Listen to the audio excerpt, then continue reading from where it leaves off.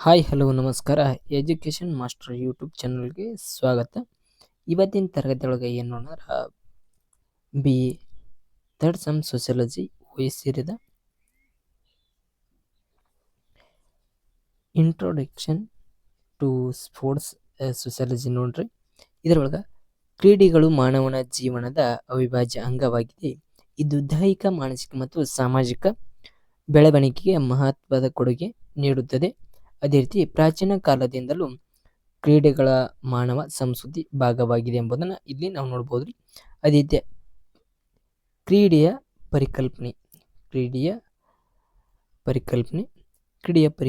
ಎಂದರೆ ಕ್ರೀಡೆ ಅಂದರೆ ಸಂಘಟಿತ, ಸ್ಪರ್ಧಾತ್ಮಕ ಮತ್ತು ಕೌಶಲ್ಯಪೂರ್ಣ ದೈಹಿಕ ಚಟುವಟಿಕೆಯಾಗಿದೆ.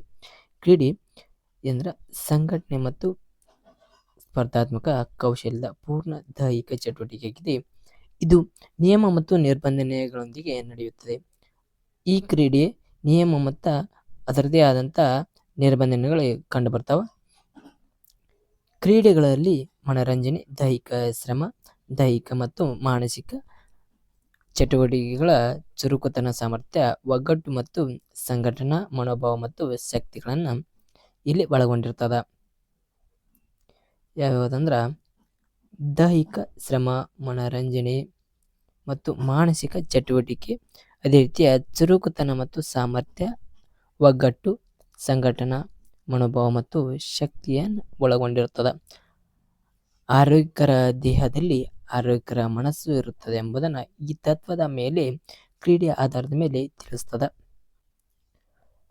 ಅದೇ ರೀತಿಯ ಕ್ರೀಡೆಗಳ ಮೂಲ ಮತ್ತು ಅಭಿವೃದ್ಧಿ, organise and development of sports ನೋಡಿ. ಅದೇ ರೀತಿ ಕ್ರೀಡೆಗಳ ಮೂಲಕ ಮಾನವನ ಅಸ್ತಿತ್ವದಷ್ಟು ಹಳೆಯದು. ಪ್ರಾಚೀನ ಕಾಲದಲ್ಲಿ ಬೇಟೆ, ಯುದ್ಧ ತಂತ್ರಗಳನ್ನು ಮತ್ತು ಆತ್ಮರಕ್ಷಣೆಗಾಗಿ ಭಾಗವಾಗಿ ಈ ಕ್ರೀಡೆಯನ್ನು ಹುಟ್ಟುಕೊಂಡವು. ಅದೇ ರೀತಿ ಅವುಗಳ ಮೂಲಕ ಕ್ರಮೇಣವಾಗಿ ಅವೇನಕ್ಕಂದ್ರೆ ಮನರಂಜನೆ ಮತ್ತು ಸ್ಪರ್ಧೆಗಳ ರೂಪವನ್ನು ಪಡೆದುಕೊಳ್ಳುತ್ತವೆ ಎಂಬುದನ್ನು ಇಲ್ಲಿ ನಾವು ತಿಳ್ಬೋದು. ಅದೇ ರೀತಿಯ ಪ್ರಾಚೀನ ಕಾಲದಲ್ಲಿ ಯಾವ ರೀತಿ ಇತ್ತು ಮತ್ತು ಯಾವ ರೀತಿ ಇದು ಬಂದಿದೆ ಎಂಬುದನ್ನು ನೋಡೋಣ. ಪ್ರಾಚೀನ ನಾಗರಿಕತೆಯಲ್ಲಿ ಕ್ರೀಡೆಗಳ ಧಾರ್ಮಿಕ ಆಚರಣೆಗಳು ಮತ್ತು ಯುದ್ಧದ ತರಬೇತಿ ಮತ್ತು ಹಬ್ಬಗಳ ಭಾಗವಾಗಿದ್ದವು. ಗ್ರೀಸ್ನಲ್ಲಿ ಒಲಿಂಪಿಕ್ ಕ್ರೀಡಾಕೂಟ ಕ್ರಿಸ್ತಪೂರ್ವ 776ರಲ್ಲಿ ಪ್ರಾರಂಭವಾಯಿತು. ದೈಹಿಕ ಶಕ್ತಿ, ಕೌಶಲ್ಯ ಮತ್ತು ಮಾನಸಿಕ ಶಿಸ್ತಿನ ಒತ್ತು ನೀಡ್ತಾರೆ. ಜಾಸ್ತಿ ಅದಕ್ಕೆ ಕ್ರೀಡೆಗಳ ಒತ್ತು ನೀಡ್ತಾವ್ರ ದೈಹಿಕ ಶಕ್ತಿ ಮತ್ತು ಕೌಶಲ್ಯ, ಮಾನಸಿಕ ಶಿಸ್ತಿಗೆ ಏನು ಮಾಡ್ತಾರ ಒತ್ತು ನೀಡ್ತಾವ ಎಂಬುದನ್ನು ಇಲ್ಲಿ ತಿಳಿಬಹುದು. ರೋಮನ್ ಸಾಮ್ರಾಜ್ಯದಲ್ಲಿ ಗ್ಲಾಡಿಯೇಟರ್ ಆಟ ಮತ್ತು ರಥ ಓಡಿಸುವ ಆಟಗಳನ್ನು ಜನಪ್ರಿಯ ಇದು. ರೋಮನ್ರಲ್ಲಿ ಗ್ಲಾಡಿಯೇಟರ್ ಆಟಗಳು ಮತ್ತು ರಥವನ್ನು ಓಡಿಸುವುದು ಅಲ್ಲಿ ಜನಪ್ರಿಯ ಆಗೈತೆ ಎಂಬುದನ್ನು ನಾವು ತಿಳಿಬಹುದು. ಅದೇ ರೀತಿ ಭಾರತದಲ್ಲಿ ಚದುರಂಗ ಅಥವಾ ಚೆಸ್, ಕಬಡ್ಡಿ, ಮಲ್ಲಯುದ್ಧ, ಕುಸ್ತಿ ಮುಂತಾದ ಕ್ರೀಡೆಗಳು ಏನಾಗಿರ್ತಾವ ಪ್ರಾಚೀನ ಕಾಲದಿಂದಲೂ ಅಸ್ತಿತ್ವದಲ್ಲಿರ್ತವೆ. ಹರಪ್ಪ ನಾಗರಿಕತೆ ಕಾಲದಿಂದಲೂ ಗುಳಿ ಕಾಳಗ ಮತ್ತು ಗುಳಿ ಜಿಗಿತದಂತಹ ಕೃಷಿ ಸಂಬಂಧಿತ ಕ್ರೀಡೆಗಳನ್ನ ಬಗ್ಗೆ ಇಲ್ಲಿ ನಾವು ತಿಳ್ಕೊಳ್ಬಹುದು. ಅದೇ ರೀತಿ ವೇದಗಳ ಕಾಲದಲ್ಲಿ ಮತ್ತು ಪುರಾಣಗಳು ಮತ್ತು ಪ್ರಾಚೀನ ಕಾವ್ಯಗಳ ಮೇಲೆ ಉಲ್ಲೇಖಗಳನ್ನು ನೀಡಿದ್ದಾರೆ. ಅದೇ ರೀತಿ ಮಧ್ಯಕಾಲೀನ ಯುಗದಲ್ಲಿ ಏನು ನೋಡ್ಬೇಕಾದ್ರೆ ಈ ಅವಧಿಯಲ್ಲಿ ಕ್ರೀಡೆಗಳು ಹೆಚ್ಚಾಗಿ ಸ್ಥಳೀಯ ಮತ್ತು ಸಮುದಾಯ ಆಧಾರಿತವಾಗಿದ್ದವು. ಹಳ್ಳಿಗಳಲ್ಲಿ ಸಾಂಪ್ರದಾಯಿಕ ಆಟ ಮತ್ತು ಹಬ್ಬಗಳ ಭಾಗವಾಗಿ ಕ್ರೀಡೆಯನ್ನು ಮುಂದುವರಿಸಿದರು. ಮಧ್ಯಕಾಲದಲ್ಲಿ ಕ್ರೀಡೆಗಳು ಯಾವಾಗ ಮುಂದುವರಿಸ್ತಾರೆ ಅಂದ್ರೆ ಹಬ್ಬ ಮತ್ತು ಹರಿದಿನಗಳಲ್ಲಿ ಹಳ್ಳಿಗಳ ಸಾಂಪ್ರದಾಯಿಕ ಆಟ ಮತ್ತು ಹಬ್ಬಗಳಲ್ಲಿ ಏನು ಮಾಡ್ತಾರೆ ಈ ಕ್ರೀಡೆಗಳನ್ನು ಸ್ಥಳೀಯ ಮತ್ತು ಸಮುದಾಯ ಆಧಾರಿತದಲ್ಲಿ ನಡೆದುಕೊಂಡು ಬರ್ತಾವ.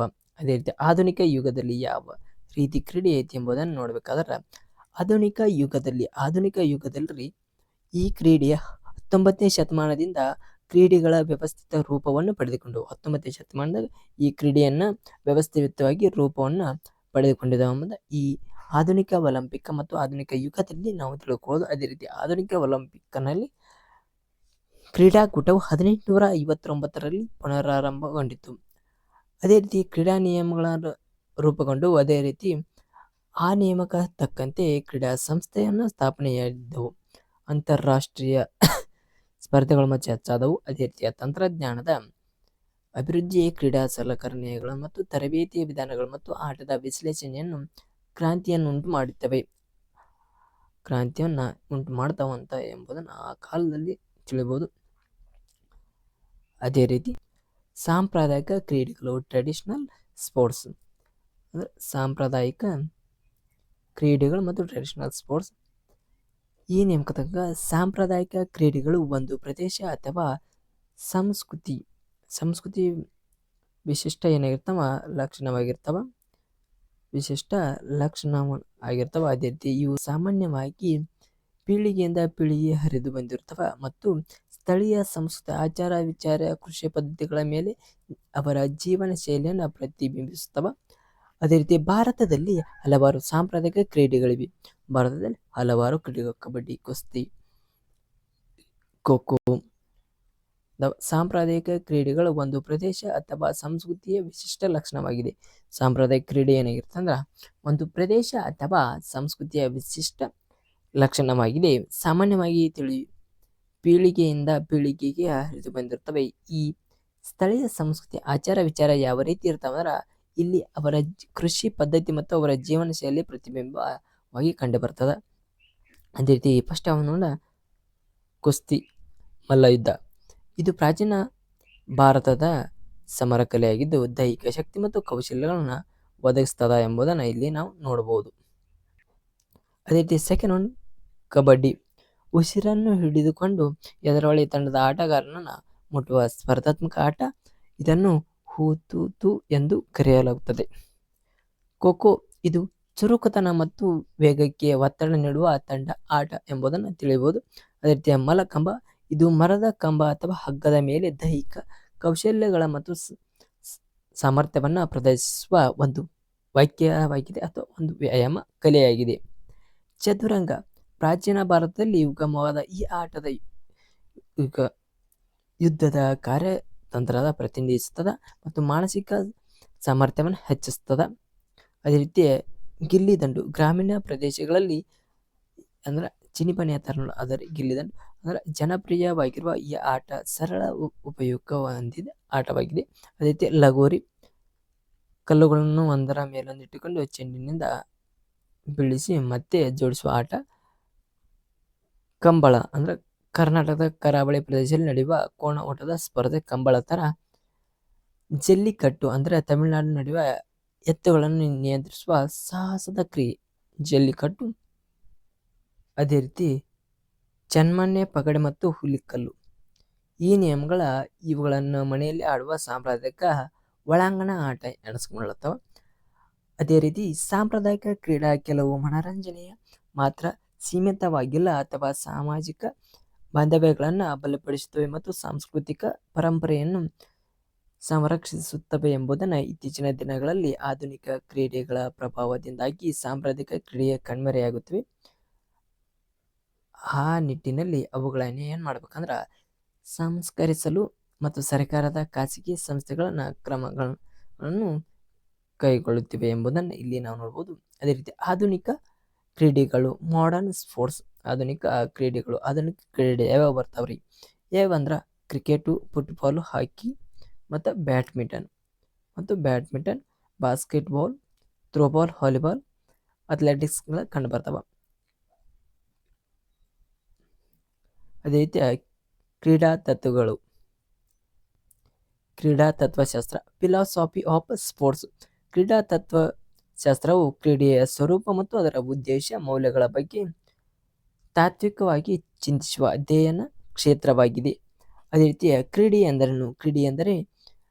ಕ್ರೀಡೆ ಮತ್ತು ಆಟ ನಡುವಿನ ವ್ಯತ್ಯಾಸವೇನು ಮತ್ತು ಕ್ರೀಡೆಯ ವ್ಯಾಖ್ಯಾನಿಸುತ್ತದೆ, ಅದರ ಮೂಲ ಮತ್ತು ಗುಣಲಕ್ಷಣ ಯಾವ ಎಂಬುದನ್ನು ಇಲ್ಲಿ ಫಲಿತಾಂಶಗಳನ್ನು ಅನಿರೀಕ್ಷಿತವಾಗಿ ನೋಡಬೇಕು.